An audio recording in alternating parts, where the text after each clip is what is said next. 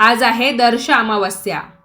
आपल्या हिंदू धर्मशास्त्रामध्ये ही अमावस्या खूप शुभ मानली जाते।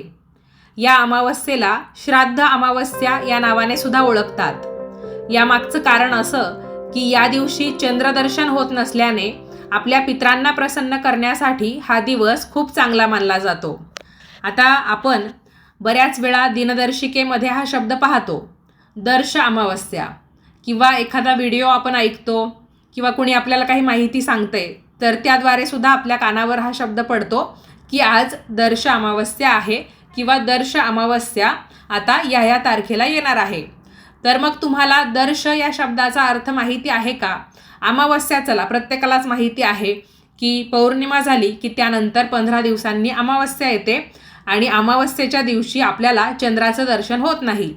पण दर्श या शब्दाचा अर्थ काय होतो? दिसणे किंवा समजून घेणे। तर मग आपल्याला या दिवशी चंद्राचं दर्शन होत नाही, मग दिसतं काय?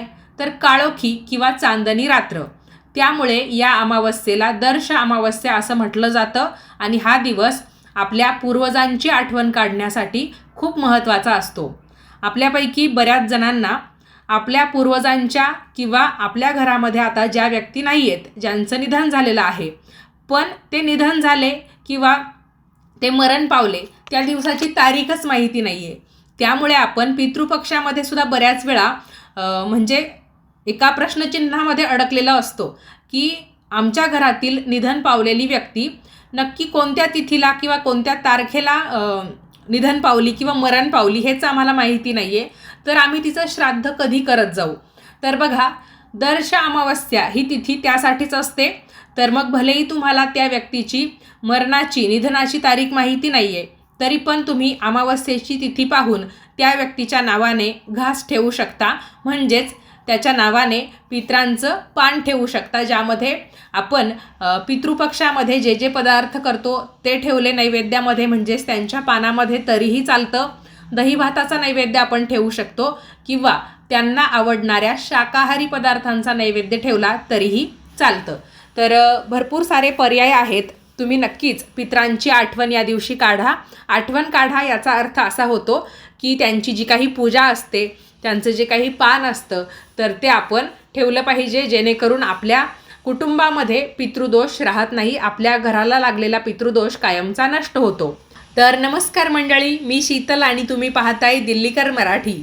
या व्हिडिओद्वारे आपणास अमावस्येला काय करावे, काय टाळावे, तसेच अमावस्येला करण्याचे विविध उपाय आणि महत्त्व याबद्दलची सर्व काही माहिती मिळेल। तेव्हा हा व्हिडिओ शेवटपर्यंत नक्की पहा आणि व्हिडिओ पाहण्यासोबतच खाली एक कमेंट जय माता दी अशी अवश्य करा। चला तर मग व्हिडिओला सुरुवात करते। मंडळी, बुधवार दिनांक 18 मार्च 2026 रोजी सकाळी 8:25 फाल्गुन दर्श अमावस्येला प्रारंभ होत असून तिची समाप्ती गुरुवार दिनांक 19 मार्च 2026 रोजी सकाळी 6:53 होईल। त्यानंतर आपले नवे मराठी वर्ष सुरू होईल, कारण ही या वर्षातली अखेरची अमावस्या आहे। फाल्गुन महिना मराठी वर्षातला सगळ्यात शेवटचा महिना असतो, म्हणून ही या वर्षातली अखेरची म्हणजेच शेवटची अमावस्या म्हणून ओळखली जाईल। लवकरच आपण चैत्र महिन्यामध्ये प्रवेश करत आहोत। बघा, आपल्या हिंदू धर्मामध्ये तशा सर्वच अमावस्या फार महत्त्वाच्या मानल्या जातात, परंतु दर्श अमावस्येचं स्वतःचं एक आगळं वेगळं आणि विशेष असं महत्त्व आहे। दर्श अमावस्येच्या दिवशी पूर्वजांची पूजा करण्याचं महत्त्व आहे। या दिवशी काही लोक व्रत देखील करतात। व्रत करतात म्हणजेच काय? या दिवशी पूजा आणि उपवास या दोन गोष्टींना सुद्धा खूप महत्त्व आहे आणि त्यालाच आपण व्रत करणं असं म्हणतो। तर मग याच्यामध्ये आपल्याला काय करता येतं? 3 प्रकारे उपवास करता येतो।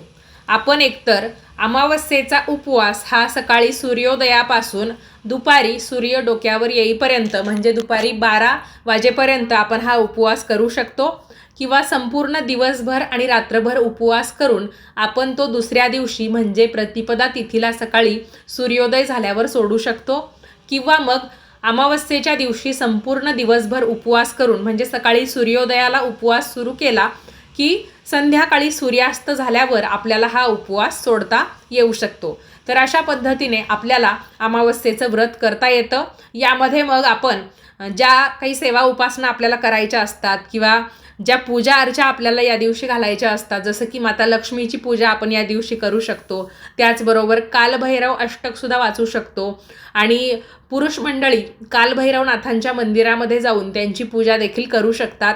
तर अशा पद्धतीने बऱ्याच काही पूजा अर्चा असतात. तुम्हाला त्याची माहिती हवी असेल तर मला कमेंटमध्ये नक्की सांगा की हो, आम्हाला त्याच्याबद्दलची माहिती हवी आहे. आता यामध्ये मी तुम्हाला पहिली पद्धत किंवा पहिला जो उपवास आहे तो आपण दुपारी 12 वाजेपर्यंत करू शकतो. हे का सांगितलं? कारण हा दिवस पितरांना समर्पित असतो. तर मग पितरांच्या नावाने आपल्याला पान ठेवायचं असेल, त्यांना नैवेद्य दाखवायचा असेल, तर जोपर्यंत आपण पितरांचं पान अर्पण करत नाही, पितरांना नैवेद्य दाखवत नाही, तोपर्यंत आपल्याला काहीच खायचं प्यायचं नसतं. म्हणजे पाणी आपण पिऊ शकतो, पण जे काही खाद्यपदार्थ असतात ते आपण खाऊ पिऊ शकत नाही. म्हणूनच आपल्याला पितरांच्या नावाने हा 12 वाजेपर्यंतचा उपवास धरायचा असतो. पितरांचा नैवेद्य दाखवून झाला की त्यानंतर आपण तो स्वयंपाक ताटामध्ये वाढून घ्यायचा आणि आपण उपवास सोडू शकतो. तर अशा पद्धतीचं हे अमावस्येचं व्रत असतं आणि अमावस्येचं व्रत करणं खूप शुभ मानलं जातं. त्याची खूप चांगली शुभफळं आपल्याला मिळत असतात. बघा, या दिवशी चंद्रदर्शन होत नाही, चंद्र आपल्याला दिसत नाही. तर कालसर्प दोष निवारण पूजा करण्यासाठी हा दिवस श्रेष्ठ असल्याचे मानले गेलेले आहे. अमावस्येला अवस असं देखील म्हणतात. अशी आख्यायिका आहे की या दिवशी आपले पित्र पृथ्वी लोकामध्ये येतात. त्यांच्यासाठी जेवणाचे ताट आपण अवश्य काढून ठेवायला हवे, जेणेकरून ते आपल्यावर संतुष्ट होतात आणि भरभरून आशीर्वाद ते आपल्याला जाताना देऊन जातात. तर अमावस्येच्या दिवशी गाईला गूळ आणि जेवण द्यावे. तर बरेच जण गुळपोळी गाईला खाऊ घालतात किंवा हरभऱ्याची डाळ आणि गूळ एकत्रित करून कणकेमध्ये ती भरतात. म्हणजे कणकेचा गोळा तयार करून त्याच्यामध्ये हरभऱ्याची डाळ आणि गूळ भरतात आणि हे अन्न गाईला खाऊ घालतात किंवा काही जण फक्त गूळसुद्धा खाऊ घालतात. तर गाईच्या पोटामध्ये 33 कोटी देवांचं वास्तव्य आहे. तर कोटी म्हणजे करोड नाही, तर हा संस्कृत शब्द आहे कोटी. तर गाईच्या पोटामध्ये एकूण 33 प्रकारच्या देवीदेवतांचं वास्तव्य आहे आणि गाईला आपण अशा पद्धतीने अमावस्येच्या दिवशी म्हणा, त्याचबरोबर एकादशीच्या दिवशी म्हणा, गूळ खाऊ घातला तर नक्कीच आपल्याला 33 कोटी देवांचा आशीर्वाद त्या निमित्ताने मिळत असतो. आणि हे उपाय जे आहेत अमावस्येचे, तर ते आपण जेव्हा करतो तर आपल्या जीवनातल्या सर्व काही आधिव्याधी यामुळे नष्ट होत असतात. तर एक एक करून मी तुम्हाला अमावस्येचे प्रभावी उपाय व्यवस्थितपणे समजावून सांगते. तर बघा, आपल्याला अमावस्येच्या दिवसभरामध्ये ज्या वेळेत शक्य होईल तेव्हा शांतपणे एका आसनावर बसून गायत्री मंत्राचा जप करायचा आहे. गायत्री मंत्र काय आहे माझ्या मते सर्वांनाच माहिती असेल, तरीसुद्धा सांगते. ओम भूर्भुवस्वः तत्सवितुर्वरेण्यं भर्गो देवस्य धीमहि धियो यो नः प्रचोदयात. तर हा आहे गायत्री मंत्र. गायत्री मंत्र हा एकमेव असा मंत्र आहे की ज्याचा जप आपण चालता फिरता करू शकत नाही, प्रवासात असताना करू शकत नाही. तर आपल्याला गायत्री मंत्राचा जप एका ठिकाणी आसनावर शांत बसून मगच करायचा असतो. तर तुम्हीसुद्धा अमावस्येच्या दिवशी तुम्हाला जेव्हा शक्य होईल, जितक्या वेळा शक्य होईल, तर तुम्ही एका ठिकाणी आसनावर बसायचं आहे आणि गायत्री मंत्राचा जप करायचा आहे. 11 वेळा करू शकतात, 108 वेळा करू शकतात एका बैठकीमध्ये. तर अशा पद्धतीने दिवसभरात तुम्हाला ज्या ज्या वेळेस असं वाटेल की आता माझ्याकडे वेळ आहे, खूप शांतता आहे, तर त्या वेळेत तुम्ही गायत्री मंत्राचा जप अवश्य करा. आपल्या आसपासची जी काही नकारात्मकता असते ती या मंत्राने निघून जाते आणि अजून जे काही महत्त्व आहे तेही मी तुम्हाला आता व्यवस्थितपणे अजून चांगल्या प्रकारे समजावून सांगते. स्वर्ग, मृत्यू आणि पाताळ या तिन्ही लोकांमध्ये व्यापून असणाऱ्या श्रेष्ठ परमतत्व श्री सूर्यनारायणांचे आम्ही ध्यान करतो. हे सूर्यदेवा, आमच्या बुद्धीला श्रेष्ठता आणि उत्तम कर्म करण्यास तुम्ही प्रवृत्त करा. तर गायत्री मंत्राचे फायदे काय होतात बघा. गायत्री मंत्राचा जप केल्यामुळे किंवा गायत्री मंत्र म्हटल्याने आपल्या जीवनामध्ये उत्साह आणि सकारात्मकता वाढते. त्याचबरोबर आपल्या त्वचेला कांती येते, वाईट गोष्टींपासून मनाला मुक्ती मिळते, धर्म आणि सेवा कार्यांमध्ये आपलं मन रमतं. बऱ्याच जणांच्या कमेंट्स येतात बघा की आम्ही देवाधर्माचं काही करायला लागलो की आमचं मन भलतीकडेच भटकतं किंवा आम्ही ज्या काही सेवा उपासना करतो त्याच्यामध्ये आमचं लक्ष लागत नाही. उलट जेव्हा आम्ही असं काही करायला बसतो तर आमच्यामध्ये किंवा आमच्या मनामध्ये सतत निगेटिव्ह किंवा नकारात्मक भावना येत असतात किंवा आळस येतो, रडू येतं, चिंता वाटत असते. तर जेव्हा जेव्हा तुम्हाला असं वाटतं ना, तर तुम्ही त्याच्या अगोदर काही वेळ गायत्री मंत्राचा जप करून बघा आणि त्यानंतर तुमचं जे काही देवाधर्माचं काम आहे ते करा. नक्कीच त्याच्यामध्ये तुमचं मन रमेल आणि तुम्हाला चांगलंसुद्धा वाटेल. त्याचबरोबर पूर्वाभास होऊ लागतात, आशीर्वाद देण्याची शक्ती वाढते आणि आशीर्वाद घेण्याची शक्तीसुद्धा वाढते. आपण सगळेच जण आपल्या घरामध्ये वयाने लहान असतो असं नाही, आपण मोठेसुद्धा असतो वयाने आणि आपल्यापेक्षा कोणीतरी लहान असतं. तर आपण आपल्या घरातल्या लहानग्यांना आशीर्वाद देतो. तर आशीर्वाद चांगल्या प्रकारे देण्याची शक्ती आपल्यामध्ये या मंत्रामुळे वाढते. आणि आपण कुणाहून तरी लहान असलो आणि आपण त्या ज्येष्ठांचे आशीर्वाद घ्यायला गेलो तर त्यांच्याकडून जो आशीर्वाद आपल्याला मिळतो तर तोही चांगल्या प्रकारे घेण्याची शक्ती आपल्यामध्ये वाढते किंवा ते जो काही आशीर्वाद आपल्याला देतात तर त्याचा नक्कीच आपल्यावर सकारात्मक परिणाम होतो.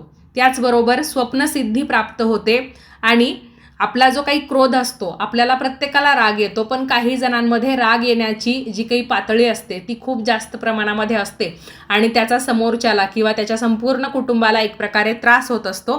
तर ज्यांच्यामध्ये असं आहे की ज्यांना स्वतःलाही समजतं की मला खूप राग येतो, माझ्या मनामध्ये, माझ्या अंगामध्ये खूपच क्रोध भावना आहे, तर त्यांनी नक्कीच मन शांत करण्यासाठी, मनःशांतीसाठी गायत्री मंत्राचा जप अवश्य करा.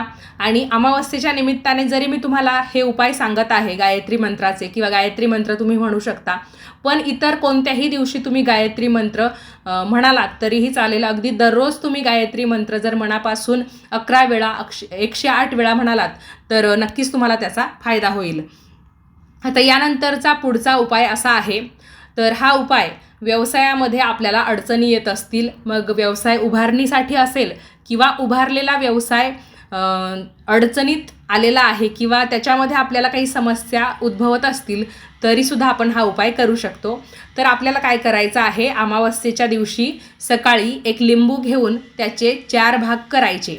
लक्षात घ्या, हा जो उपाय आहे तो कुठल्याही प्रकारची करणी किंवा उलटसुलट उपाय नाही आहे. हा उपाय आपण वास्तुशास्त्राच्या आधारे किंवा एक धार्मिक उपाय म्हणून करत आहोत की जो अमावस्येला करणं शुभ मानलं जातं आणि त्याची आपल्याला शुभ फळंसुद्धा मिळतात. त्यामुळे अशी कोणतीही शंका तुम्ही तुमच्या मनामध्ये आणू नका आणि उपाय करताना मनापासून करा, म्हणजे त्याचा फायदासुद्धा तुम्हाला होईल. कारण जेव्हा आपण शंका घेऊन एखादी गोष्ट करतो मग तो उपायच पाहिजे असं नाही. कोणतीही गोष्ट असेल, कोणतंही काम असेल, जेव्हा आपण शंका घेऊन करतो, मनामध्ये अढी धरून करतो तर त्यामध्ये आपल्याला अपयश मिळतं.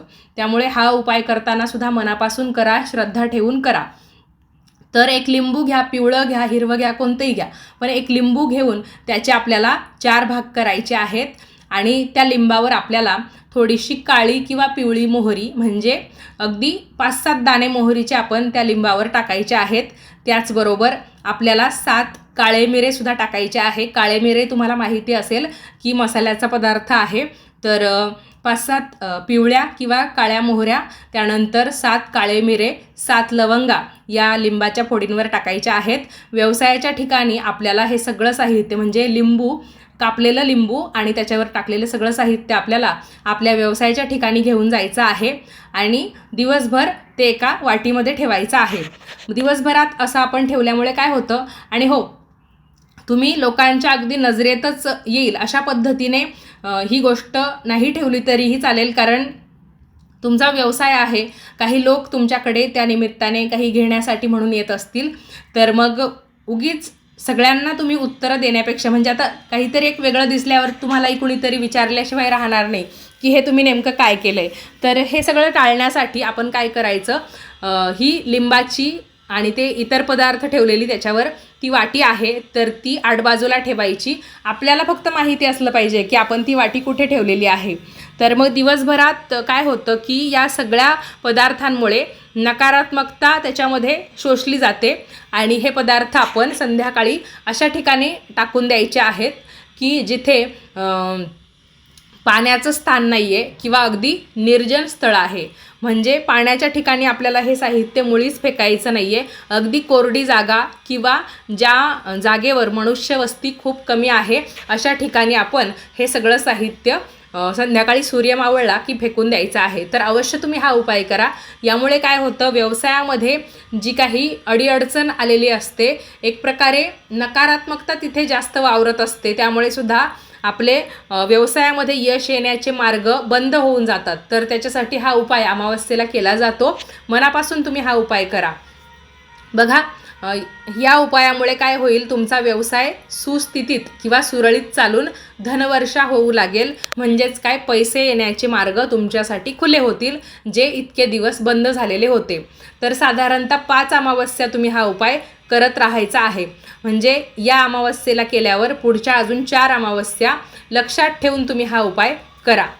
त्याच्यानंतर आपल्याला काय करायचं आहे, म्हणजे आता हा पुढचा उपाय आहे, तो सगळेच जण करू शकतात, की ज्यांचा व्यापार आहे, व्यवसाय आहे ते सुद्धा, आणि ज्यांचा नाही आहेत ते सुद्धा, म्हणजे सामान्य व्यक्तीसुद्धा हा उपाय करू शकतात. तर बघा, दर्श अमावस्येच्या संध्याकाळी घराच्या ईशान्य कोपऱ्यामध्ये गाईच्या तुपाचा दिवा आपल्याला लावायचा आहे आणि त्या दिव्यामध्ये आपल्याला फुलवात घालायची आहे. आणि तुमच्याकडे जर केसर असेल तर केशराची काडी तुम्ही त्या तुपाच्या दिव्यामध्ये ठेवू शकतात किंवा थोडीशी हळद घातली तरीही चालेल. यामुळे काय होतं, देवी लक्ष्मी आपल्यावर प्रसन्न होते, पैशांची कमतरता आपल्याला भासत नाही, उलट आपल्या आलेला जो पैसा आहे तो योग्य ठिकाणी खर्च होतो. यानंतर पुढचा उपाय हा आहे की अमावस्येच्या दिवशी गाईला हिरवे गवत किंवा हिरवा चारा खाऊ घातला तर सर्व कार्यांची सिद्धी होते आणि आपली बुद्धीसुद्धा कुशाग्र होते. अमावस्येच्या दिवशी आपल्याला एक उपाय करायचा आहे, खास करून 12 वाजता. तर दिवसाचे 12 की रात्रीचे 12, तर आपल्याला अमावस्येच्या रात्री 12 वाजता हा उपाय करायचा आहे.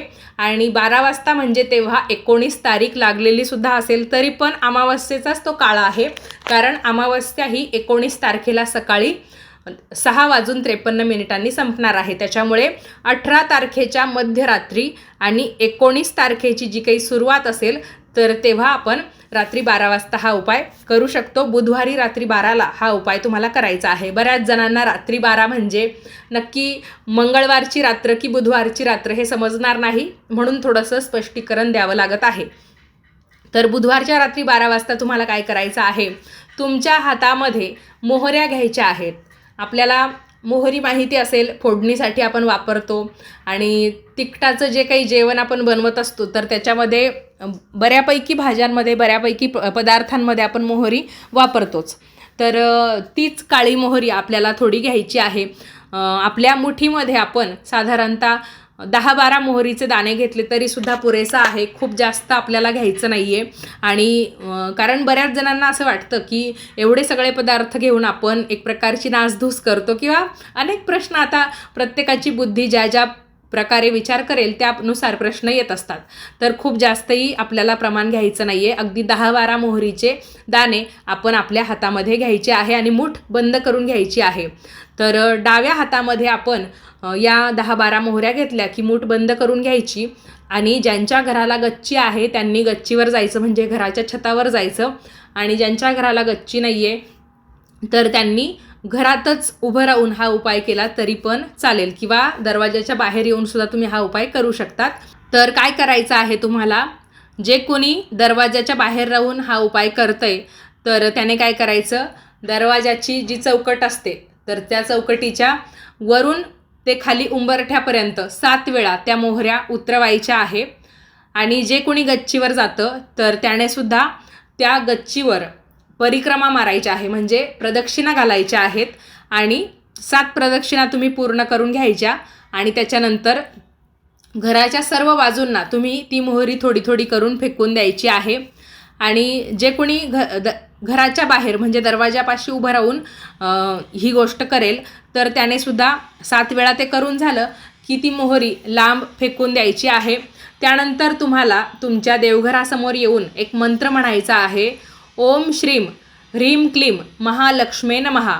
तर दर्श अमावस्येला हा उपाय केल्यामुळे काय होतं, अलक्ष्मीचा ऱ्हास होतो आणि माता लक्ष्मीचं आपल्या घरामध्ये आगमन होतं। त्याचबरोबर आपल्यामध्ये आपल्या कुटुंबामध्ये काही नकारात्मकता वावरत असेल तर तिचा सुद्धा नाश होऊन जातो। खास करून दर्श अमावस्येला हा उपाय करण्याचा सल्ला बऱ्याच तुम्हाला ज्योतिषांकडून सुद्धा मिळू शकतो आणि आपल्याकडून सुद्धा मी सांगण्याचा हाच हेतू आहे की धार्मिक आध्यात्मिक प्रकारचे व्हिडिओ आपल्या चॅनलवर येत असतात, तर त्यानिमित्ताने मी तुम्हाला हा उपाय सांगत आहे। नक्की तुम्ही हा उपाय करा। उपाय आपण जाणून घेतले, आता मी तुम्हाला अगदी थोडक्यात दर्श अमावस्येचं महत्त्व समजावून सांगते की का दर्श अमावस्येला इतकं महत्त्वाचं मानलं जातं आणि या दिवशी इतके उपाय तापाय करण्याला का महत्त्व आहे। तर बघा, पुराणांनुसार अमावस्येला स्नान आणि दान करण्याची फार मोठी परंपरा लाभलेली आहे। तसं तर या दिवशी गंगा स्नान केल्याचे विशेष महत्त्व असल्याचे सांगितले गेले आहे। परंतु जी व्यक्ती गंगा स्नानासाठी जाऊ शकत नाही किंवा पवित्र तीर्थक्षेत्री जाऊन स्नान करू शकत नाही, अशा लोकांनी जवळच्या एखाद्या नदीमध्ये किंवा तलावामध्ये जाऊन अंघोळ करावी किंवा हे देखील शक्य नसेल तर घरामध्येच अंघोळीच्या पाण्यात पवित्र नदीचं पाणी मिसळून अंघोळ करावी किंवा पाण्यामध्ये चिमूटभर हळद नाहीतर मग कडुलिंबाची पाने टाकून अंघोळ करावी। तसेच अंघोळ झाल्यानंतर महादेव, पार्वती आणि तुळशी मातेची पूजा जरूर करावी। या दिवशी आपण शिवलिंगाला चंदनाचं लेपन सुद्धा करू शकतो। तसेच आपले कुलदैवत जेजुरीचे खंडोबा महाराज असतील किंवा इतर कोणत्याही ठिकाणचे खंडोबा महाराज, जसं की चंदनापुरी असेल, पाली असेल, तर या ठिकाणचे जरी खंडोबा महाराज आपले कुलदैवत असतील तर आपण या दिवशी त्यांना भंडारा, बेल, दवना या गोष्टी वाहायला अजिबात विसरू नका। या दिवशी तुम्ही त्यांची तळी भरली तरी पण चालेल। बघा, अमावस्येला भलेही चंद्र दिसत नाही, पण तरीही आपण चंद्रदेव आपल्या समोर आहेत अशा पद्धतीने रात्रीच्या वेळी चंद्राची पूजा करावी। चंद्रदेवता आपल्यावर यामुळे कृपा करतात, सौभाग्य समृद्धीचा आशीर्वाद देतात। चंद्रदेव भावना आणि दिव्य अनुग्रहाचे स्वामी आहेत। यांना मनाचा कारक असंही म्हटलं जातं। त्यामुळे आवर्जून आपण चंद्रदेवांची पूजा या दिवशी करावी। यामुळे आपल्या कुंडलीतलं चंद्रबळ वाढायला, मजबूत व्हायला मदत होते। या अमावस्येला मी तुम्हाला सुरुवातीलाच सांगितलं की श्राद्धाची अमावस्या देखील म्हणतात, कारण या दिवशी पूर्वजांचं स्मरण केलं जातं, त्यांच्यासाठी प्रार्थना केली जाते। तर तुम्ही सुद्धा या दिवशी पितृ अष्टक जे असतं ना, तर ते वाचू शकतात। पितृस्तोत्र तुम्हाला येत असेल तर तेही तुम्ही वाचू शकतात, कारण पितरांच्या संबंधित ज्या ज्या गोष्टी आपल्याला या दिवशी करता येतील तेवढ्या आपण करायच्या असतात। आपण गीतेतला या दिवशी 15वा अध्याय सुद्धा वाचू शकतो। बघा, या दिवशी पूर्वज पृथ्वीवर येऊन आपल्या कुटुंबाला आशीर्वाद देतात असे मानले गेले आहे। त्यामुळे तुम्ही या गोष्टी करायला अजिबात विसरू नका आणि मनापासून तुम्ही जर पूर्वजांची सेवा कराल, पितरांची सेवा कराल तर त्याचा तुम्हाला फायदाच होणार आहे। चला मंडळी, तुम्हाला हा व्हिडिओ कसा वाटला तेवढे एक कमेंट करून आम्हाला नक्की कळवा आणि असेच नवनवीन धार्मिक आध्यात्मिक व्हिडिओ पाहण्यासाठी आजच आपल्या दिल्लीकर मराठी या यूट्यूब वाहिनीला जरूर सबस्क्राईब करा।